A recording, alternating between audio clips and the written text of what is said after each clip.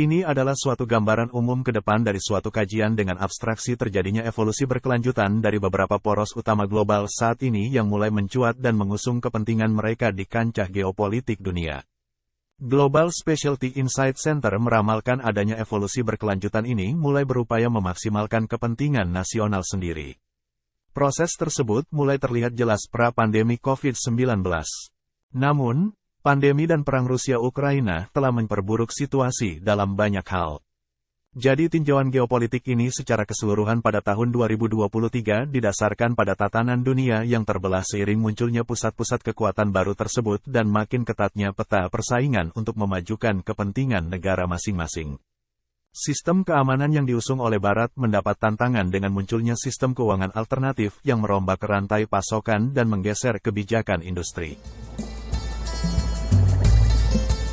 Perlambatan ekonomi global ke depan. Catatan penting, saat ini merupakan profil pertumbuhan global terlemah sejak 2001, tidak termasuk krisis keuangan global dan fase akut pandemi COVID-19, IMF. Laporan di kuartal 1 tahun 2023 menjadi penanda penting dengan dibukanya kembali China setelah masa panjang kebijakan nol COVID dan perang Ukraina yang berdampak pada harga energi, tekanan inflasi global dan perubahan kebijakan bank sentral. Pertumbuhan ekonomi akan jatuh dan ini akan dirasakan secara global. Meskipun Uni Eropa dan China terkena dampak paling parah, namun semuanya akan terpengaruh perlambatan ekonomi. Keharusan bagi pelaku bisnis untuk bersiap dengan angka pertumbuhan yang stagnan dan potensi penurunan yang signifikan. Meskipun konsensus pakar ekonomi beragam tentang apakah akan terjadi resesi penuh, kerentanan, atau penurunan mendadak, namun satu hal yang jelas, 2023 akan menjadi tahun sulit bagi pertumbuhan di sebagian besar kawasan.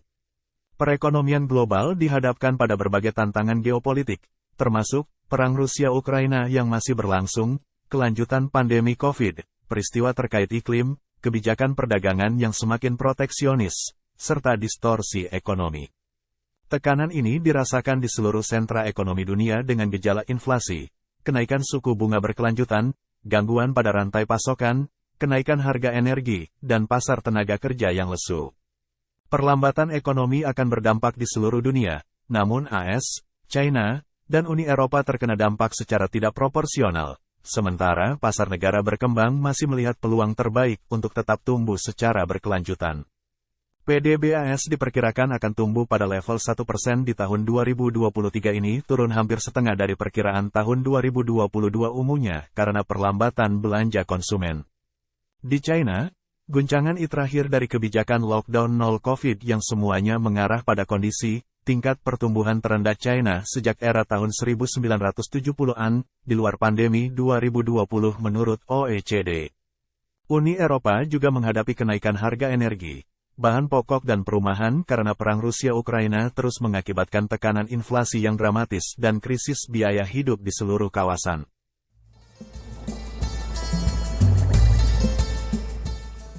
Sistem keamanan pimpinan Barat dihadapkan pada tantangan tatanan dunia saat ini yang sudah digunakan semenjak pasca Perang Dunia II dan diperebutkan oleh beberapa negara.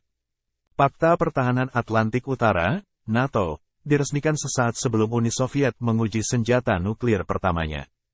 NATO adalah aliansi militer yang sebagian besar terdiri dari kekuatan AS dan Eropa Barat. Awal tujuan utamanya adalah menahan perluasan Uni Soviet. Seringkali, ikatan militer ini digabungkan dengan relasi ekonomi dan manufaktur dengan kebijakan ekonomi AS yang mendukung offshoring industri ke negara-negara sekutunya. Secara kolektif, ini berarti kerangka kerja ekonomi dan keamanan sebagian besar dikembangkan dan dipimpin oleh AS dan Eropa Barat. Tujuannya misi perdamaian sambil mempromosikan nilai-nilai Barat. Moskow sebaliknya membentuk Uni Soviet dengan model otoritarian yang kaku. Bagi banyak negara lain, pada Orde Perang Dingin ini adalah bentuk baru kolonialisme dan hegemoni. Mereka bereaksi dengan menciptakan gerakan non-blok, yaitu kumpulan negara yang menghindari gagasan aliansi. Ini termasuk India, Indonesia dan sebagian besar negara Afrika dan Amerika Latin. Sementara Cina bukanlah bagian dari gerakan non-blok dan juga tidak masuk ke aliansi Barat. China bukanlah kekuatan ekonomi atau militer dominan pasca Perang Dunia II. Dengan demikian, banyak negara di luar aliansi Barat tidak dapat mengubah arsitektur ekonomi dan keamanan yang didominasi blok Barat dan Uni Soviet. Kekuatan ekonomi berkorelasi dengan kekuatan militer dan struktur kepemimpinan Dewan Keamanan PBB. Prinsip ekonomi yang dipromosikan Barat yaitu globalisasi, ekonomi liberal, pasar bebas dan pasar modal terbuka berhasil maju. Perbaikan ekonomi memungkinkan negara-negara di luar aliansi lebih fleksibel dalam mengadopsi ide Barat. Tetapi kebanyakan punya pandangan sendiri dan mereka meminta keterlibatan dalam merubah tatanan yang ada yang pada akhirnya harus bisa mengakomodasi kepentingan mereka juga. Maka pada tahun 1970-an terciptalah peta kekuatan ekonomi sebagai berikut.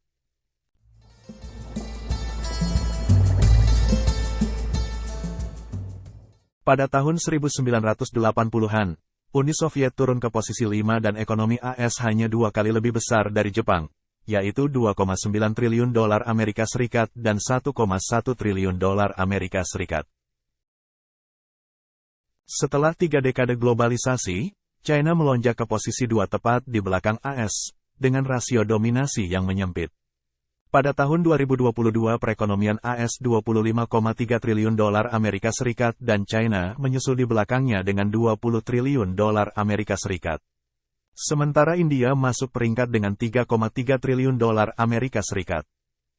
China dan India belumlah menjadi ekonomi terbesar pada tahun 1970 dan mereka belum mempengaruhi pembentukan tatanan global saat itu. Namun pada dekade ke depan, China diperkirakan bakal melampaui AS, sementara India dalam jalur untuk menjadi ekonomi terbesar ketiga. Ini akan memungkinkan kedua negara untuk memasukkan kekuatan ekonomi mereka ke dalam skala kemampuan strategis yang sudah mulai terjadi. Ke depan, keunggulan ekonomi memungkinkan negara memproyeksikan kekuatan militer dan diplomatik. Dari sudut pandang ekonomi, India dan China meningkatkan anggaran pertahanan mereka, yang dapat memberi mereka kemampuan langsung untuk memproyeksikan kekuatan.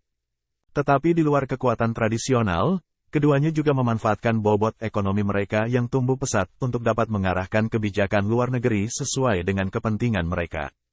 Misalnya, India akhir-akhir ini meningkatkan pembelian minyak dari Rusia dengan harga di bawah pasar pada tahun 2022 untuk memastikan defisit neraca berjalannya tidak melebar, karena harga energi secara keseluruhan naik.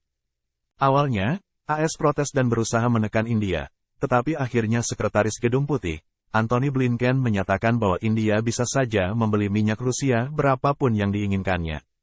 Mengapa? Alasannya dengan memaklumi keputusan India akan dapat memastikan kecukupan pasokan global. AS juga mengatakan bahwa India dapat diutus untuk komunikasi dengan pihak Rusia. Tapi alasan sebenarnya adalah AS tidak berani menekan India karena skala ekonomi India saat ini sudah sangat signifikan dalam geopolitis dunia dengan mengusung agenda kepentingan nasionalnya. Contoh lain adalah fakta bahwa peran G20 sebagian telah menggantikan peran G7. Selama bertahun-tahun, G7 berfungsi sebagai tempat bagi negara besar membantu menentukan urusan ekonomi global termasuk militer. Sekarang, saat tatanan global mulai retak, peran itu banyak yang didelegasikan kepada pendatang baru, sehingga muncullah G20.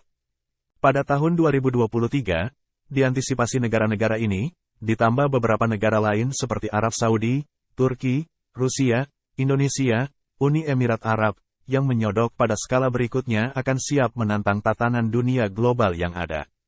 Paling tidak, negara-negara ini tidak ingin kekuatan Barat terus mendominasi dan menghalangi kepentingan mereka.